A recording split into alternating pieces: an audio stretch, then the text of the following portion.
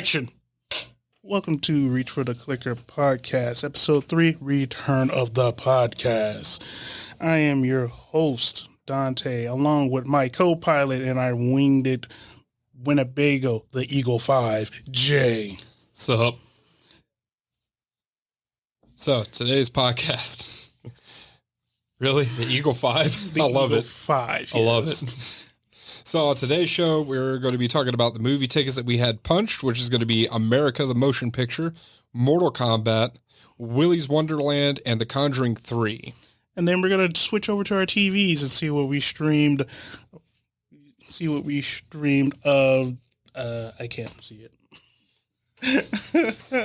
All right, The Great North. Is The Great North too hot to handle? Kevin can fuck himself. Loki and The Bad Batch. So before we start off, we want to let you know this is full of spoilers. This is also rated TV MA for the naughty words we'll be saying. Oh, yes. And of course, like always, make sure you like, follow, subscribe on the platform of your choice, whether it be Spotify.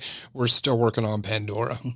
And lastly, we're going to sell you the big part of the legacy of Christopher Lee. I'm sorry, Sir Christopher Lee. I was about to say, you better throw that sir in there. That man's been knighted. But he's not the best sir of, Jean-Luc Picard. Anyways. He's sir. He's knighted too. Listen, apparently the Queen's just handing them things out like candy, okay? The Queen's now Oprah. You get a knighthood. You get a knighthood. All right, so how you been, man? You been all right? I've been doing it, man. Kicking it. It's just raining as usual. I know, right? Such a major change. We live in Florida. Go figure. Yeah. Well, I have a bone to pick with you, sir. Okay. So, our show gets listened to a lot of Hollywood execs, interns. Yeah, by like tens of people. Hollywood executive interns. All 4 of them. And they listen to our show and they're like, oh, these guys like our stuff. Let's keep going with it. Mm-hmm. So, little admin work here. Every show, I always want to bring up the show American Housewife. And you tell me no. Exactly. I'm still going to tell you no. Our show got canceled. Because we did not talk about it, yes! The show got canceled. It works. It does not. It works. See, because of this was my plan from the beginning. See, and because that happened, Batman is out of a job. What are you talking about? Dietrich Bader, a.k.a. Jethro. Dietrich Bader? Yeah, a.k.a. Jethro from the Beverly Hillbillies movie fame. Yeah, no, he's still going to have plenty of work. I mean, I'm sure he was only getting paid like $500 an episode on that anyways. He was the voice of Batman on the Harley Quinn show. So, yeah, now, because of us, Batman's going to be pissed off at us. Well, he's going to be pissed off at me because I didn't promote his other project that he had coming in, his other streamer revenue. All because of you, sir. You're welcome. So, Katie Mixon's going to ignore me at future parties, even though I'd never met her. I was going to say, I don't know what parties you're going to, but I'm not going to any of those. All right. So, you see anything coming up that had you interested? Fast 9, because I'm a nerd, even though the movies make no sense anymore. I'm going to watch it too, just because it's like you literally have to watch it just because you're like, I got to see what they're going to do now. Yeah. How can you top? What was it, a submarine? Wasn't it? The last one was a submarine. It was a submarine. Yeah, it was stupid. So it was like, okay, you did a submarine. What do you do next? I feel like Paul Walker was the only thing keeping that movie on the rails.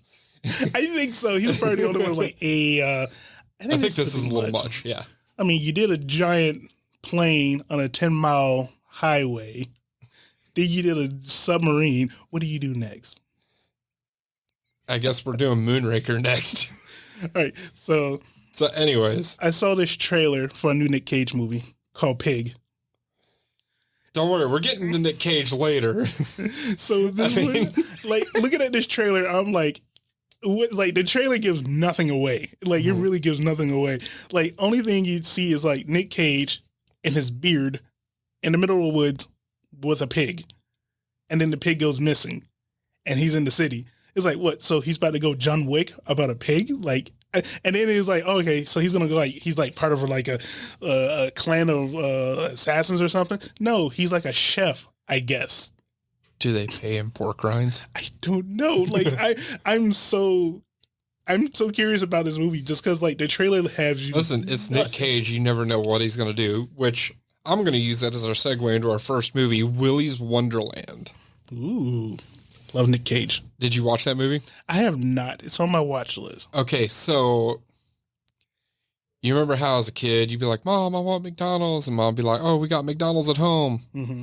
Okay, so for this movie, it's like, Mom, I want Five Nights at Freddy. And Mom's like, we got Five Nights at Freddy at home. And this is Five Nights at Freddy at home. Really? Okay, so Nick Cage is, it opens up with him like cruising in this Camaro. Mm-hmm. And for whatever reason, runs over a spike strip.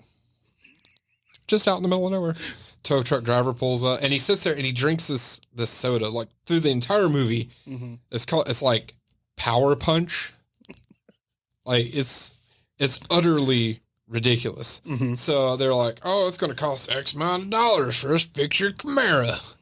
Because, we got to get all them tornadoes back in that Vortec engine.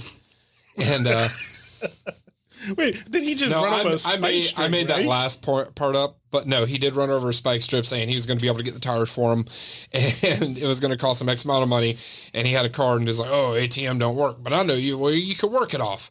So they take him to Willy's Wonderland. Now, keep in mind, Nicolas Cage has said nothing. Really? Yeah. Okay. Said nothing, not one word. This whole opening.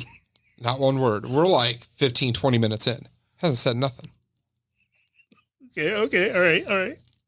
So they take him to Willy's Wonderland, and there's this dude who, God, it's so bad. He's got like the old school Cadillac with the freaking Longhorn horns on it. Oh, yeah. And he's got the, Big T Larity or something like that. No, it's actually Big Tex, if I remember correctly. I'm probably wrong, but I'm pretty sure it is. And he's like, oh, yeah, welcome, staff. You just got to stay here all night, clean up the place. I'm going to reopen it after, some serial killers may have murdered some people.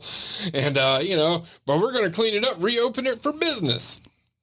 Yeah, sound business advice, yeah. Yeah. So they give him his T-shirt, says Willy's Wonderland on it. So I'm going to, gloss over and fast forward here a little bit. Mm-hmm. So as it turns out, the reason why it's been murdered, so like this guy was a serial killer and then had his merry band of serial killers, and they're just killing families in Willy's Wonderland. So then they do a satanic ritual which binds their souls to the animatronics. So the animatronics are what are killing the people. So it's Chucky mixed with... Chucky mixed with Chuck E. Cheese. Yeah, with Chuck E. Cheese. Yeah, exactly. Basically.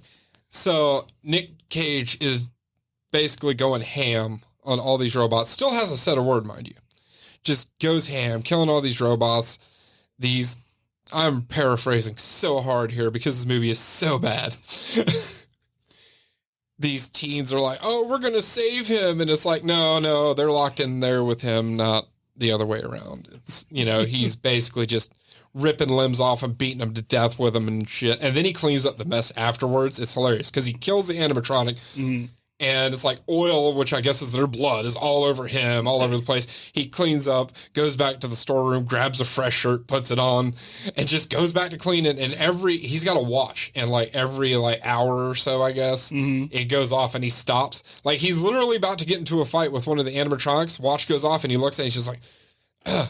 And then he goes and he takes his break, drinks his soda, plays pinball, while this poor girl is getting her ass kicked by this animatronic.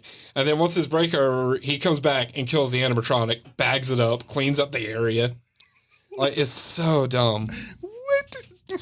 Yeah, it turns out that people were sacrificing random passer-throughs in order to pacify the spirit of the serial killer. I don't get this. No, you don't. And Nicolas Cage, guess what? Says 0 through the whole movie. Not one movie. I think Nick Cage did it as a bet. You think he took a bet? Bet you can't make a movie without saying one word. And he's like, all right, I will. I think he did. I think if he just sat there and just said Nicolas Cage was in a movie, he said nothing. Well, he was close. He was close in Mandy. In the movie Mandy, he was close to do that. But this one, he says nothing the whole movie. Not one word.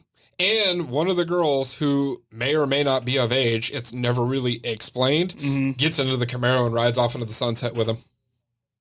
It's Nick Cage. She's of age. Okay. I believe in Nick Cage. You believe in Nick Cage? I believe in Nick Cage.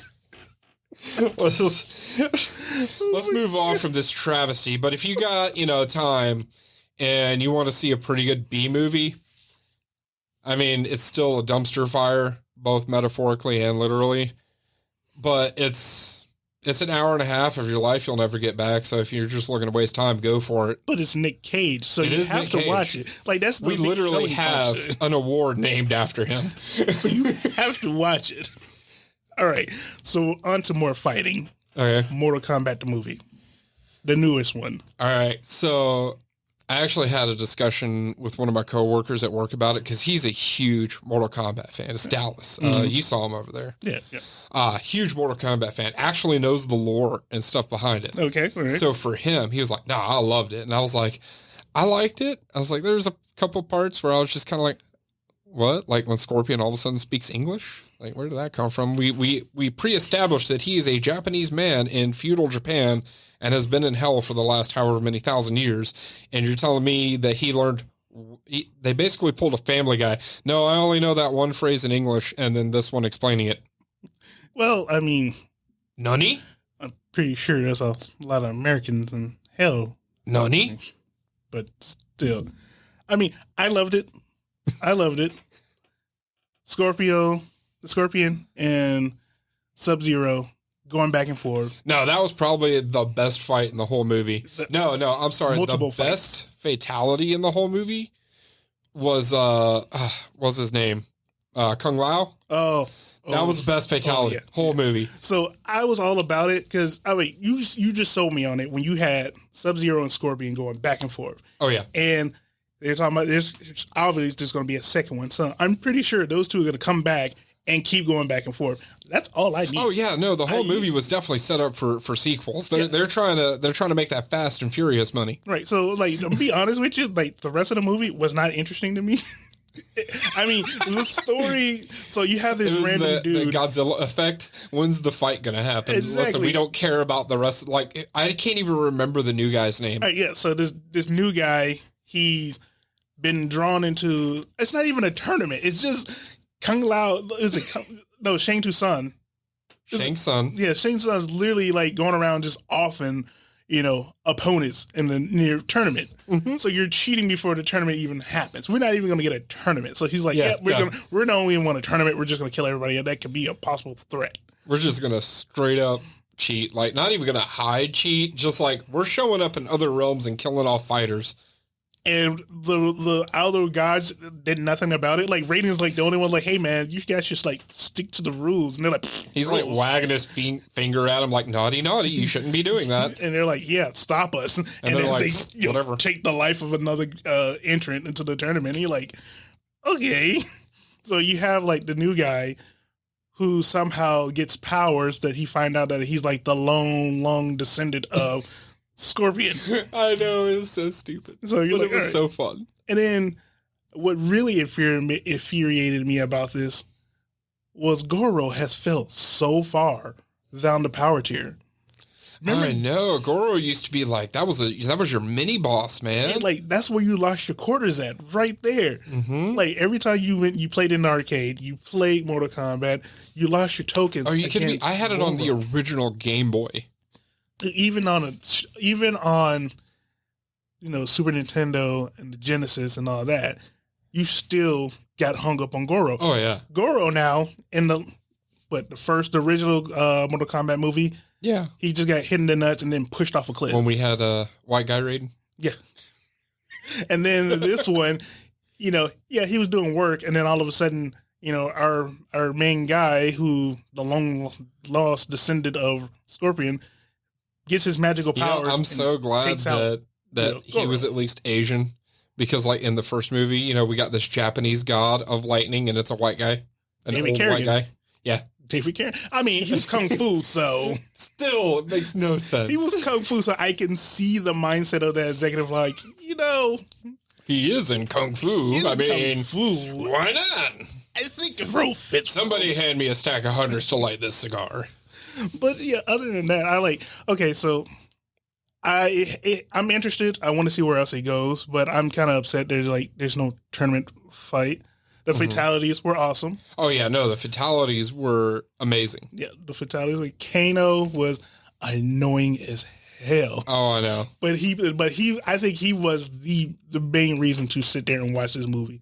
Kano was amazing. He kept you interested. He talked so much Cash Money shit. Oh, dude, he was cashing out the whole movie. Dude, if you're gonna watch Mortal Kombat, it's gonna be for Kano, and then in Scorpion and he definitely made the bad guy you love to hate. Yes, and then when he, it's like yeah, he's like, no, dang it, I wanted to be in that sequel, Like, yo, like, yeah, like, I'm interested. I'm really interested because, I mean, you're off some people here. Yeah. And they're supposed to be like. Well, they kind of off some, like, major names, too. Like, Kung Lao, dead. And then wasn't like, was it Cerberix? No, it was, the robotic one. It was, wasn't it Noob? No, it wasn't Noob Saibot. Cyrax? I want to say Cyrax. That's what I say. It's good. Like I can't remember because that one fight did not stick out to me, whereas the others did. Yeah, like so you're like, and what was up with this Digimon digital evolution of their powers? Plot armor. Plot armor. Because it's like Jax has these like janky arms, and I'm like, what did you do to my boy? Like, yeah, I get you got cybernetic arms, but I don't think in the games his arms transform. And then all of a sudden he's just like DC cyborg, like oh, it's a transformer. Like, I don't think that happened. I mean, I loved it, don't get me wrong. This is the kind of cheese you love though. It was a good movie. Like, honestly, the rest of the stuff was like, yeah. But I love the fact that they focused on the fighting in this one. Like, yeah, they definitely focused on the fighting. It made a big difference. And honestly, I can't wait for number 2. Yeah, I do want to see it, especially with Johnny Cage.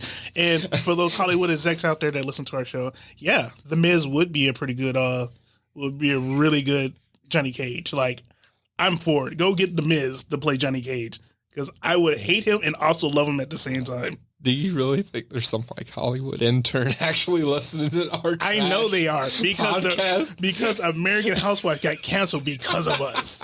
So yes, intern, go tell your boss that Jane and Dante say add The Miz into the next Mortal Kombat movie. Yes. We should probably put that on our Twitter. I think we should. Which, in case you didn't know, we do have a Twitter. It's @ForTheClicker. Go follow us. So it's not just me following us. You know what else is following us? The Conjuring 3. I have not seen any of those. Oh my goodness, dude. Okay. So the Conjuring 3. So the Conjuring series follow Ed and Lorraine, this I won't call them a power couple. Okay. So they're all about like the was it natural was it like phenomenons or not phenomenals. They're all about ghosts. They're like ghost hunters, a married ghost hunting couple. Okay. So if there's like a paranatural event happening in your home, and you're like somebody's being possessed, you call Ed and Lorraine. Ed and Lorraine would show up and they're like, "Oh yeah, this is some shit happening here." Then they'll go contact the church. Church would actually come do something. I mean, they ain't no Winchesters, but the Ed and Lorraine, they're like they're like the go-to people. Have you not seen Supernatural? No, I have not. How am I friends with you? Anyway, so Ed and Lorraine, so if your kid is possessed or your wife is possessed, you call Ed and Lorraine show up, they're like, yep, that's possession. Then they contact the church. The church is all like, they're like, oh, okay, yeah, this is possession. So they contact the Pope. The Pope does all basically, they're power brokers for ghosts. They're demon hunters. I wouldn't call them hunters. They're not hunters. They're brokers. They're the middleman. I want to call them the middleman. Like when the church don't want to put their middle management, they go and they scout it. They're like a scout for a baseball team. That's what it is. They're scouts. They're scouts for the church. And then they come back and say, "Hey, you should totally go get this guy." Yeah, they're like scouts for the church. Like if the church don't want to show up to like everybody. Like, oh yeah, I think my wife's possessed, and they show up. The church shows up. Like, oh, we heard your possession. It's like, no, she just hates her husband. No, she's high. Just like He's like, oh, okay. So we just wasted a trip for nothing. So Ed and Lorraine show up. So the first 2 movies, they show up to houses. they exorcise the demons, and then they go home and they take like whatever, token that they made the possession possible, and they keep it in like their they have like this room in their house in their basement where they keep all like these creepy evil things locked up. Very much like Supernatural. So what they do is this third one, like there's a big spinoff and everything, like Annabelle the doll and the nun. They're all like connected. Kind of like it's a really cool story. I like the whole stories are pretty cool. Right. So this last one is about this guy. It's called Conjuring 3, The Devil Made Me Do It. And it's about, you start off with this kid possessed. There's a demon in this kid.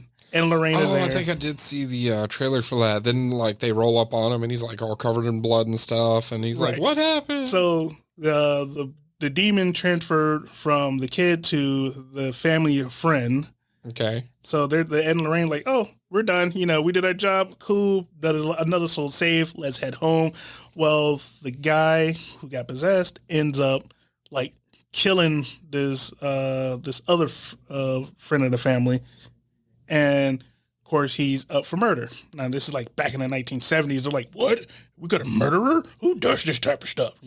So he goes to jail. He goes to court. Someone's capable of killing other people? Oh my God. So he goes to court and is all like, oh, how you plead? He's like, oh, we plead innocent because the devil made me do it. It's like, wait, that is an offense? Like where's your Johnny defense? Cocker when you need him? So now it's up to Ed and Lorraine to prove that the devil literally did possess this guy and it made him kill this other human being, So it's all about, it's not even about like jump scares. It's just about like a build up. Yeah. Okay. So, this kid is like possessed. Like he is possessed in prison. He is still like going nuts, making lights flicker on and off in his prison. And it is like, there's a scene where he's like strapped to a bed in like the infirmary, with like a couple other inmates in there. And he's repossessed. He's going nuts. He's blowing the lights out. There's literally a lady sitting on the other side in the partition, like in the control room, watching all of this. And she's like standing like, oh my God, shit's happening. Let me go call another, CO. The CO comes in the room. He looks at this. He's all like, I'm not trained for this.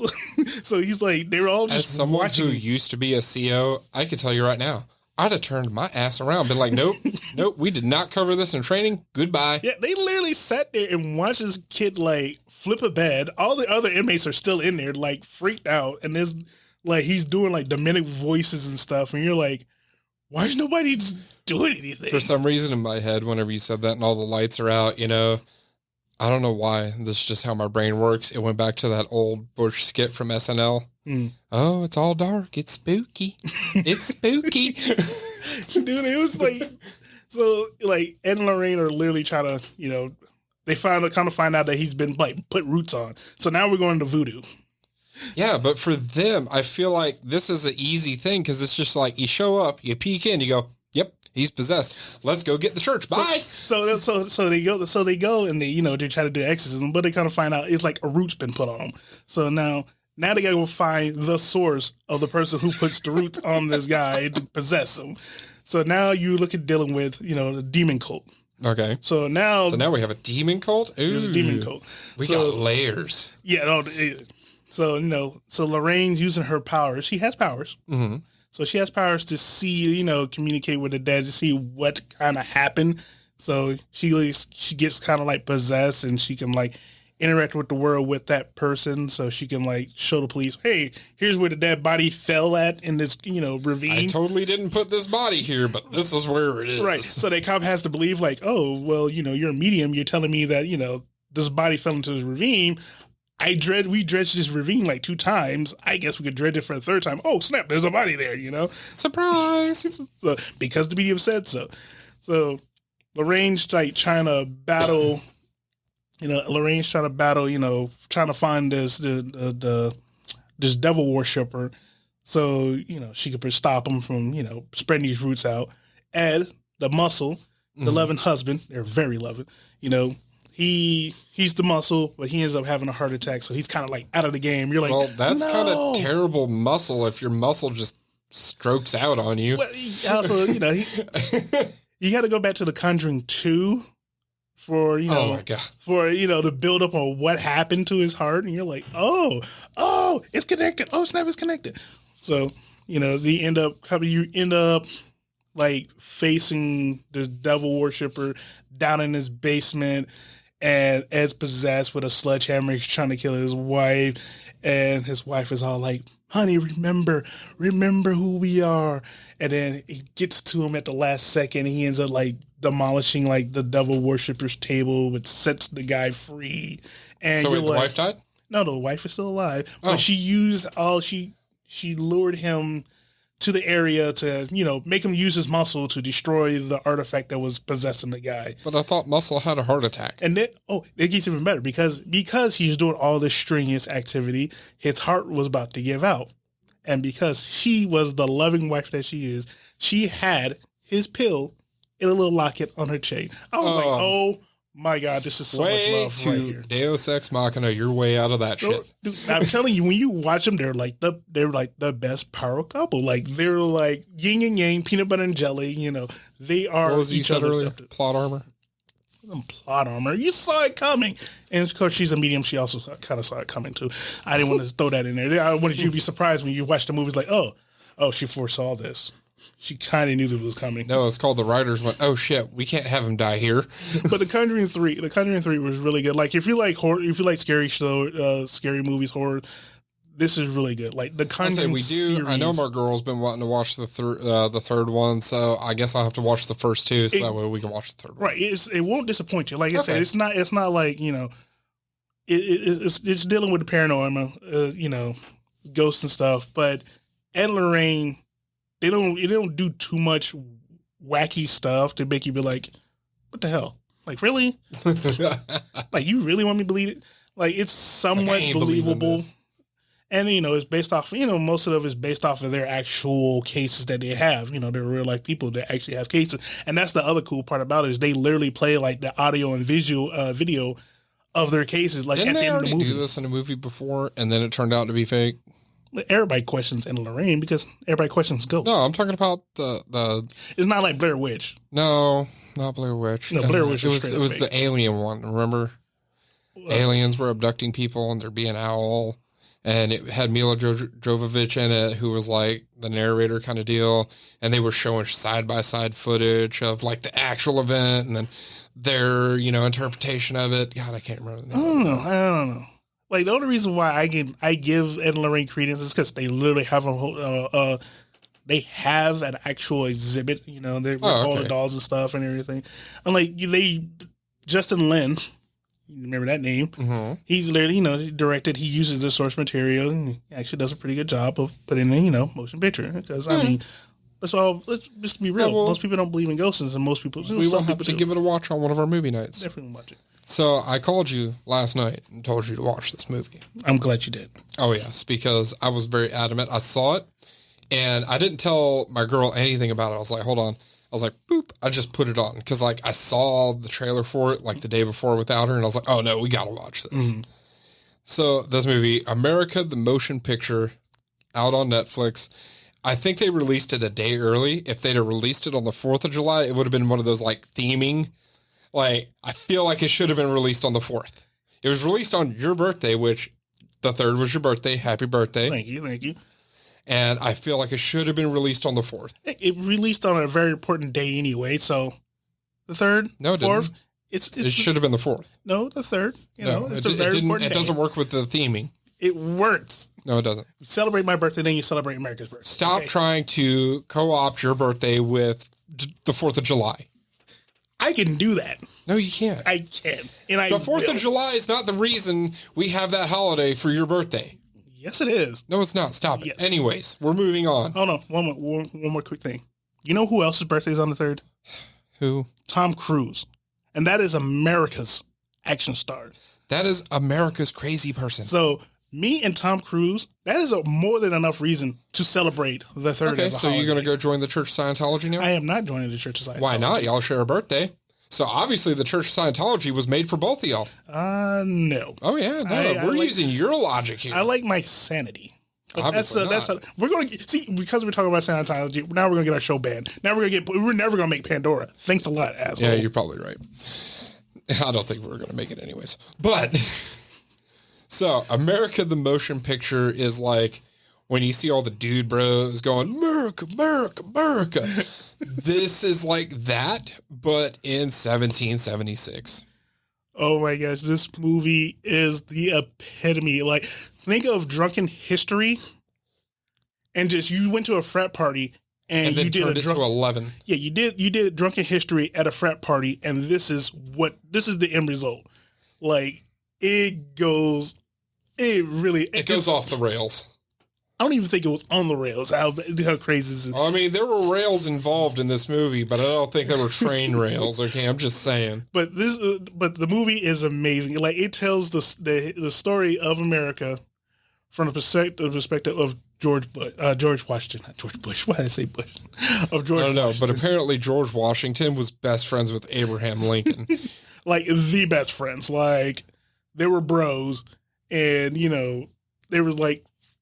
Oh my goodness. I love that line. Taxes or something. And something about taxes, something representation? I don't know. So it also has an all-star cast. I love because in the beginning of the movie, it says it's based on actual events. And you're like, loosely. Wait a minute. Like, there was a lot of hints. Like, there was like, okay, so the fight at Vietnam. Oh, I know. No, if we just go in there, we're going to be stuck in there for years. We're not going to accomplish anything. It was like, oh, yeah, we are. We're going to win this. Even after they lost at Vietnam, they're like, oh, we totally won that. And it's like, no, that's America. like there were like so many, pointing outs of obviousness of the American story. Definitely like not a movie to watch with your kids. But yeah, no, the lineup, the cast was amazing. All right, so you got Channing Tatum as George Washington, Jason Mazakis, aka Ralphie, as Samuel Adams, and we're talking about like Samuel with an E, not Samuel with an A, Adams, who makes beer and shoots off fireworks, explosions. Yeah. Olivia Munn as Thomas Edison. She's like literally like an Iron Man character in this movie. Oh my God. Bobby Moynihan as Paul Revere. That. Hello, human friends.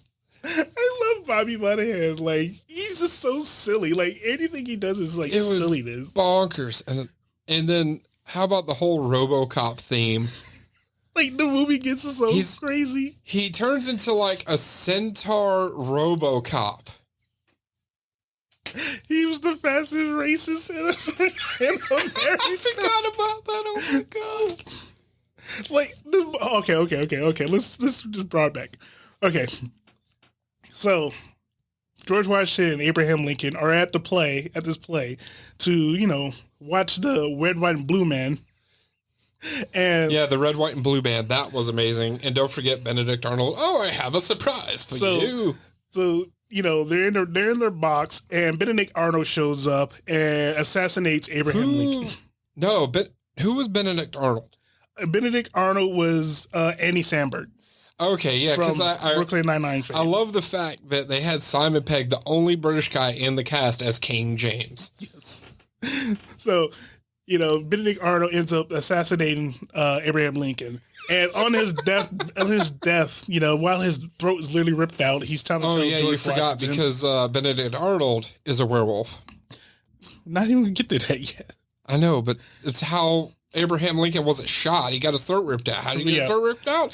Because Benedict Arnold is apparently a fucking werewolf. So he ends up werewolf and then taking out Abraham Lincoln. Abraham Lincoln's dying. He's like, hey, need you to take down the British and name this country America. George Washington's all like, do we really want to name this country America? Like, you sure? You want to like do some other name? Of course, Abraham Lincoln dies. So now George Washington's sad, and he ends up hooking up with Martha Washington, who was the singer at Abraham Lincoln's funeral. Oh my God. Which was also part of the Red, White, and Blue Band. And then I love how she's immediately pregnant. Right. Like, there was no like, a couple months later. No, this was instantaneous pregnancy. Like, they had to say, like, so George is sad that Abraham Lincoln is dead, and he ends up hooking up with Martha Stewart. Literally after they get done, Now keep in she's mind, like pregnant. all these guys are bros, like your college fraternity bros. Like when you think of bros, that's what these guys are. Like Washington is the ultimate bro. Yeah. Like he is the ultimate bro. Like he tries something once it fails, he's all like, "Man, this man, let's go play some air hockey or something." Like, Done. I want to get drunk. so now Play sad music. So now he's on this warpath. Like Martha Washington talks him into avenging Abraham Lincoln's death And his dream Yeah, and pursue his of dream. making a new country called America. So he goes off. He finds Samuel Adams. He goes he needed a horse, so they go find Paul Revere, aka the fastest racist In America. In America, yeah, that's what they say. The British are the fun police. They literally have like their own little like helicopter, and their carriages have like sirens and stuff. Oh, it's amazing. It's beautiful. There's like even did a Fast and the Furious street racing scene. Yes. With horses, neon lights on the horses. It was so good. Their carriages had hydraulics. This movie is like totally new, bro. So you had Killer Mike as the blacksmith who makes the silver bullet. Oh my God. Killer out, Mike had me dying, dude.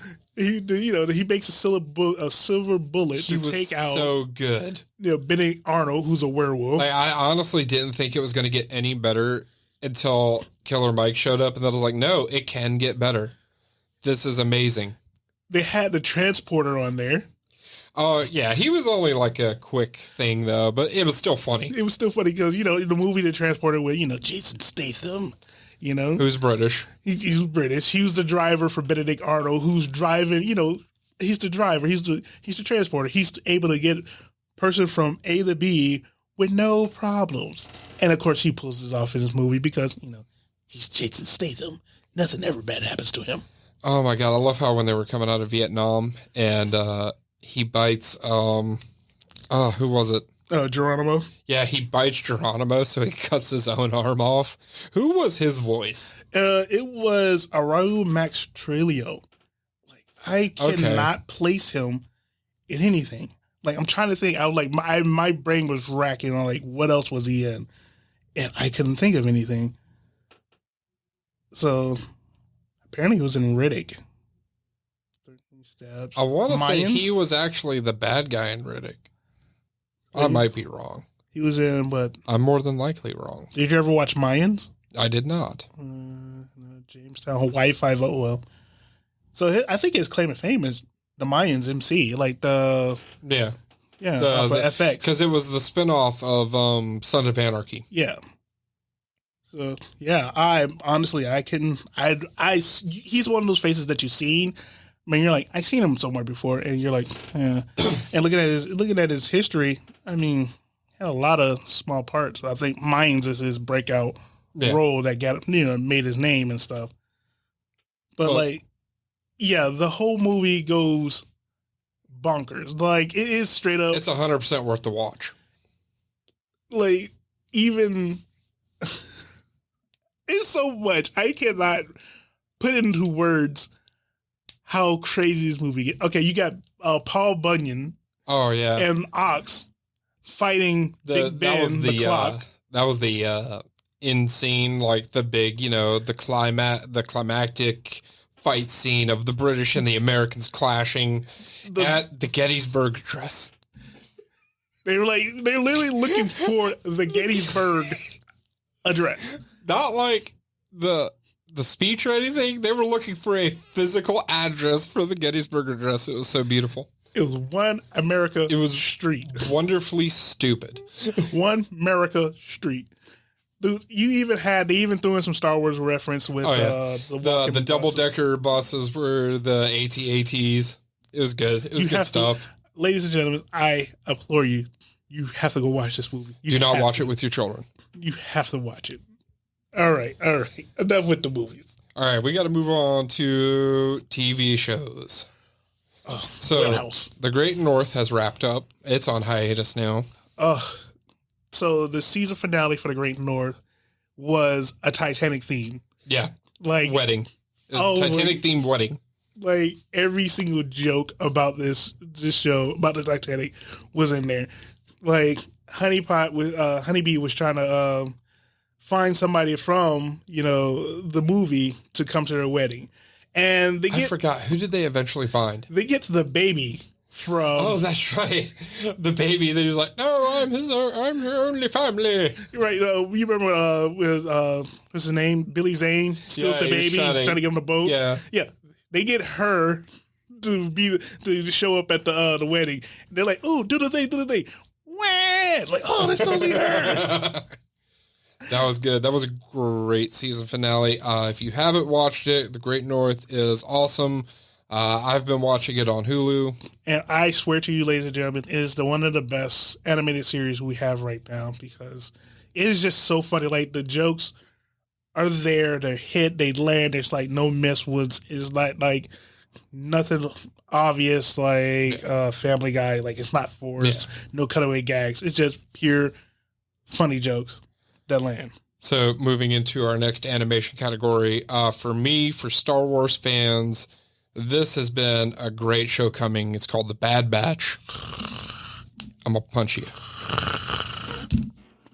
And so what The Bad Batch is, it's a really good stopgap for everyone because everybody's always wanted to know what happens between Order 66 and, everything that led afterwards. Well, The Bad Batch literally picks up at Order 66 when all the clones start killing all the Jedi. Oh, snap. And the only reason why these clones aren't is because they're called the Bad Batch. The reason they're called the Bad Batch is because they're technically defective clones, but because they're defective, they have, a more specialized skill. So you're following, they're called Clone Force 99. They're basically the Expendables of the clone army. And, but for me, for other Star Wars fans, this show has been amazing. Highly recommend, especially if you have Disney Plus, or as I like to call it, the Star Wars streaming network. Or the Marvel streaming network. Or the Marvel streaming network, because nobody actually watches anything else on there. Because, I'm not paying to watch a movie on a streaming service that I'm already paying for the streaming service. Yeah, that whole Cruella. Yeah, like give me $30 to watch Cruella. On our streaming service, I was like, y'all can eat me. Yeah, I don't want to see Cruella that bad. I don't want to see any of those movies that bad. I'm not even gonna spend $30 at the theater to watch Cruella. That's what I'm saying. I wouldn't spend $30 to see anything on a streaming service that you're already paying for. I feel like it's just kind of ridiculous. You hear that, intern? Tell your bosses at Disney that we're not going to spend $30. Tell Michael Eisner we're not doing it. It's not happening. Stop trying to make it work. Yeah. All right. On a lighter note, I've been watching, me and the wife were sitting there watching Too Hot to Handle. Yeah, I've not even heard of this. Give me a quick rundown on this one. All right. So on Netflix, this show called Too Hot to Handle, where they take 10 horny people, 10 hot, single, horny people, right? Like every other, every other. I was going to say, didn't they already do this on MTV like 4 times? Like You Love Paradise, The Bachelor, all the, you take all these hot. Jersey Shore. Yeah, you take these hot people and you put them on a resort and you tell them, hey, no sex, period. Nothing. No self-gratifying, no sex, none of anything. That's going to end with somebody getting punched in the face. So you tell them you cannot have any type of hookup. So what's the first thing they do? Well, they get to the island, and of course they're like already pairing off. Like, yeah, that girl over there, yeah, that's totally me and her. I'm gonna bang her brains out as soon as we get a chance. That's my chick. I got this. Yeah, they pretty much call dibs on each other. And then as the night fall, they get together and they're like, yeah, no sex of if any kind whatsoever. So now they're struggling to be intimate with each other, where they cannot be intimate with each other. And you see like these super hot, and I'm going to say some of them are brainless, selfish people, try to, restrain themselves. Because, here's a plot twist, there's $100,000 on the line. And every time you break this rule, you lose, your money gets deducted from this $100,000. Oh. So a kiss, you cannot kiss each other. That's $3,000. I feel like by the end of the first episode, there should be no money left. Right. But you get told, like, they get the news broken to them, and they're like, yeah, for the next however long we're here, you got to abstain. No kissing, well, you can fondle. No kissing, no hand jobs, no nothing. Handy J's. Just you can't, HJs. yeah, HJs. No, you can't do anything sexual. And if you do, you lose money. And if you lose money, that's, it's coming out of the pot. So you sit there and tell, these hot people, hey, there's $100,000. Just refrain yourself from doing whatever. And of course, somebody goes. Yeah, they're going to screw that up royally. Yeah, somebody goes and get a hand job. That's $8,000 out there. And he's like the dude said, was it worth it? Oh, he only lasted 20 seconds. You $8,000 for a 20-second hand job. Wow. Yeah. That's amazing. By the way, you weren't joking. This is going to be definitely a mature rated show. Yeah. Yeah, this show, the Too Hot to Handle. I'm glad you got that out in the beginning of the episode. I had to put that out there because I have not heard or seen nothing about this show. I'm glad you said that. It's like watching people, starve themselves and see how bad they can refrain themselves. Like $20,000 for sex, yeah. And you telling me, like, if for me you were sitting there and we're like, wait, you just wasted $20,000 out of this pot. I'm gonna beat your brains in. Yeah. You're already frustrated, and now you're losing money. Yeah. So. Loki, did you watch any of that? I watched it. How many episodes? It's a slow burn. I'm at 4. I'm on 4. Okay, so far, my favorite part in that was, I want to say it was either the second or third episode when he's actually at the TVA. And, that moment when the shoe drops, when everything becomes realized by him, when he goes, you have Infinity Stones. Oh, yeah, we got a bunch of them laying around here. Some of the guys use them as, paperweights. Yeah. And he's just sitting there, and it's like all of a sudden everything clicks. And Loki understands now that he is not this formidable force that he thinks he is. Yeah, he's supposed to be this, unstoppable god, and then he realized maybe not. I am just, I'm just powerful, just not, almighty like I thought. Yeah. Yeah. But yeah, so the last episode did come out. We watched it the other night, so I'll refrain from that one because I know you haven't seen it. So I'm up to when they're in Alabama in like 2045. Yeah, when the storm, and that's when Alabama. When he finds out that the other Loki, he runs into the other Loki, and you're like, oh yeah, this is not about you. It's about something else. And they set off the little timeline bombs and stuff. So I roll into the next. I haven't watched the next episode yet. Because I was about to talk about it, but I'm literally like, here's my opinion of it. It's like I'm sitting back and I'm watching this and I'm like, okay, I see you filled in some of the timeline holes. Like, oh yeah, the Avengers are supposed to do it. And it's like, okay, so why are we watching this again? Like, I kind of know the lore of Loki and everything, but it's like I'm not. Well, it hasn't grabbed me Loki yet. has stirred up some feathers in those communities. Oh, you can't do that on TV. And we're like, do you not know who Loki is? Do you not realize that Loki literally fucked a horse? Yeah. Comic book, yeah. But it's just one of those things where it's like, yeah, it happens. It's one of those. I guess, like you said, it's a slow build. It's a slow burn. It's definitely a slow burn. I am super invested in the show. I cannot wait personally. I think what we got spoiled. I want to see what happens with Sylvie so bad. Yeah, I think that's what it is. We got spoiled by the movie. It's like, hey, you got this 2 hours. Yeah, you've got like everything in one go. So now they're doing this, like I talked about before, this, slow form storytelling. And you're doing it in a world where everybody's like, no, I want it now. I want it now. I need it now. We are, because you're always talking about, oh, this stuff happened in the background. It's like, okay, so how does it connect, to the main storyline? Yeah. Same thing with WandaVision. WandaVision was a slow burn and all that stuff. But it was phenomenal. Yeah, it had a great payoff. So, yeah, Loki, I'm just... So this show, though, I did not know about till today, earlier at your house when you showed me the first episode. And... this is a departure, man, from like your standard sitcom. I really want to invest more time to this show. This show has piqued my interest hard. All right, so on the AMC network, it's not just Walking Dead.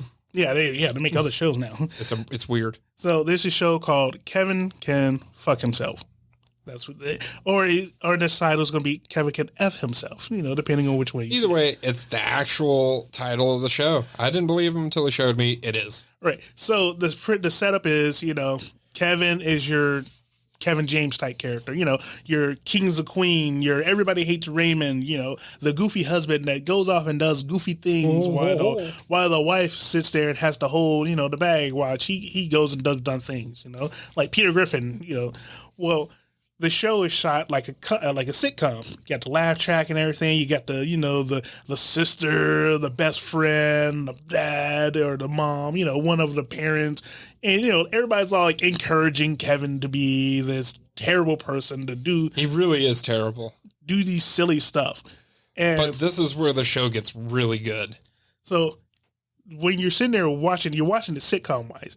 And every time the wife comes in, she has to be the downer, She has to be the person grounded in reality. Hey, let's not do this. Let's not blow our money on this. And at the end of the day, we focus on her. When she leaves, when the husband's out of the picture, everything's to the gritty film style. Like, the whole tone of the show changes. Like, the lighting changes, the attitude changes, the laugh track goes away. And you're like The Wire type filming, or like you're... it's no longer laugh tracks. It's like you could see the whole house. You could see her, in the dark. You see colors. the realism of it. Like, yeah, you're getting like that peek behind the veil. Right. So she has to struggle with all the antics that he goes through, and she's trying to live, an actual normal life. And it's so cool how it switches. Like anytime he's in the picture, is sitcom style. Mm-hmm. Like, laugh track, ha, ha, ha. Oh, he's just so silly. We got a Tom Brady lookalike, ha, ha. Then when he leaves, it goes back to the realism. Like, everything's dirty, everything's dark and gritty. Like, there's the cockroach crawling across the floor. Yeah, and it is so crazy how it looks. Like, if you sit there and, it catches your attention because it goes from sitcom to serious to sitcom, and you get to follow Lois, from Peter from Basically, Family Guy. You get to see what happens when nobody else is around, right? And you see, his antics does have, a effect or repercussions or whatever. Mm-hmm. So definitely check it out. So far, I think 4 episodes have come out. What is it on? AMC. Okay. I don't have AMC, so I'm going to have to figure out a way to do that. Well, sir, you could always sign up for the Hulu package. Yeah, pay me Hulu for promoting that. I think I have Hulu, though. Is it on Hulu? I don't know. We have to go. Find out. We have to go search. All right, so last segment of the day. Today, this week, month, whatever, it's my turn for our actor spotlight. Da, da, da, da, da, da, da. Sorry, we're very low budget here. We don't have music or anything yet. So, for me today, you ready for the actor that I have chosen? Yes. The one, the only Sir Christopher Lee. The man was amazing. Like, you could only hope to attain a similar life the way this man was. He was born in 1922. Jeez. Yes. He literally fought in World War II and then hunted Nazis afterwards. Jeez. Yeah, and then became an actor. From Nazi hunter to actor, right? Wow, just like, okay, all right. Yeah, he's been in 282 movies and TV shows. He was the first Dracula. Like, the very first Dracula. He was a Sith Lord. That's right, he was Count Dooku.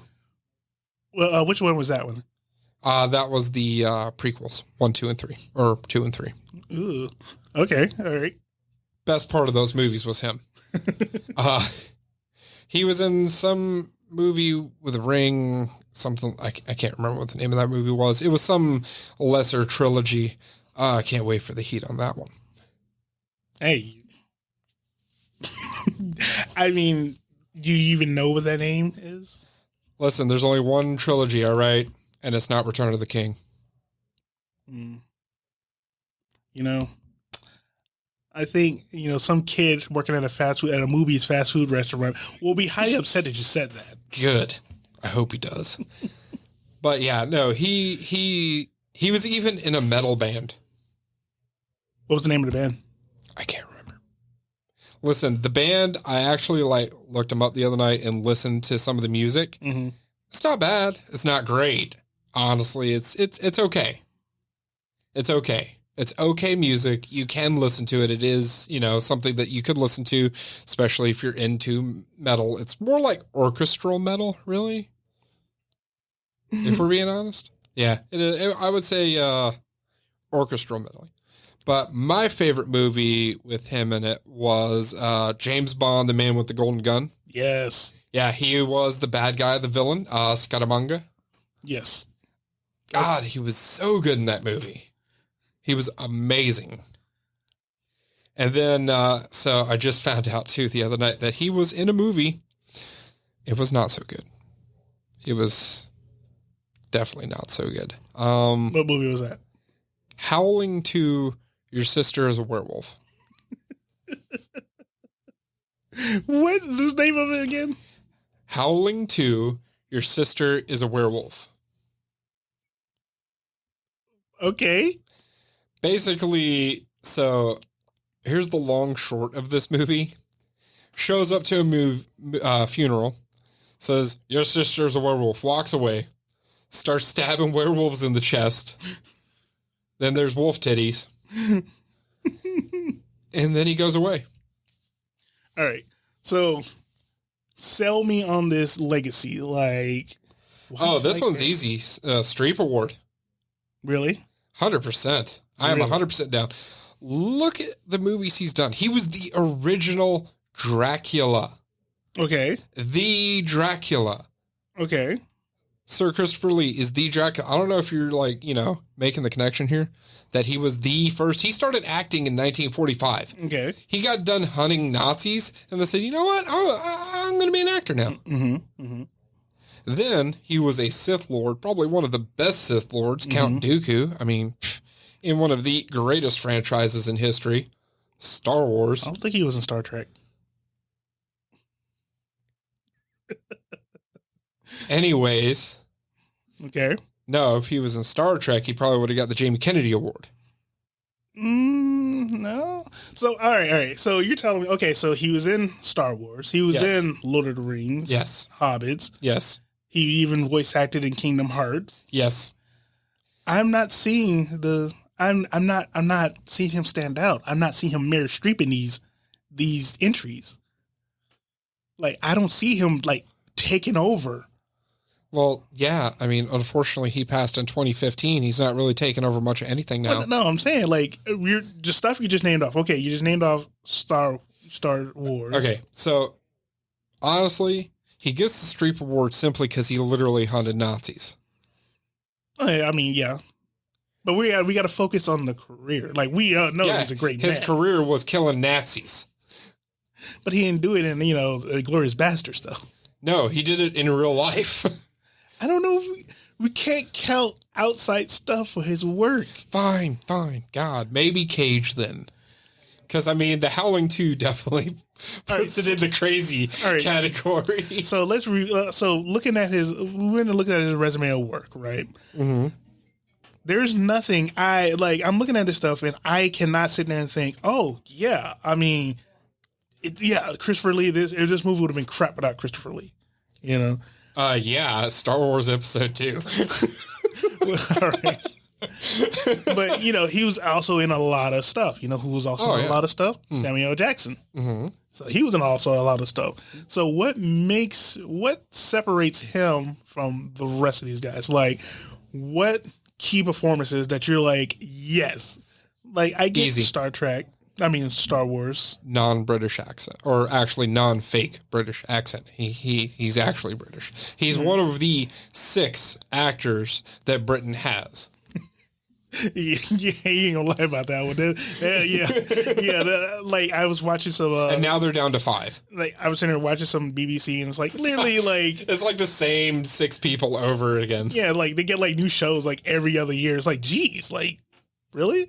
But yeah, so do you think he is really legitimately? He definitely is almost Streep. In my honest opinion, he is almost Streep. He's definitely, crazy and diverse. He hands down gets the Cage Award, period. Mm-hmm. But he's definitely into Streep territory. I wish we could have gotten a little more out of him, because I feel like he would have locked down that Streep Award like hard. And I mean, like I said, looking at his history, The Lord of the Rings. I mean, he made so much money off of that. Oh, that franchise made so much. And then, of course, the Star Wars movies. Mm-hmm. But what else? I mean, Scaramanga. He was a great bad guy. Yeah. Plus, he was British. I mean, I don't know why, but it's either German people or British people are bad guys.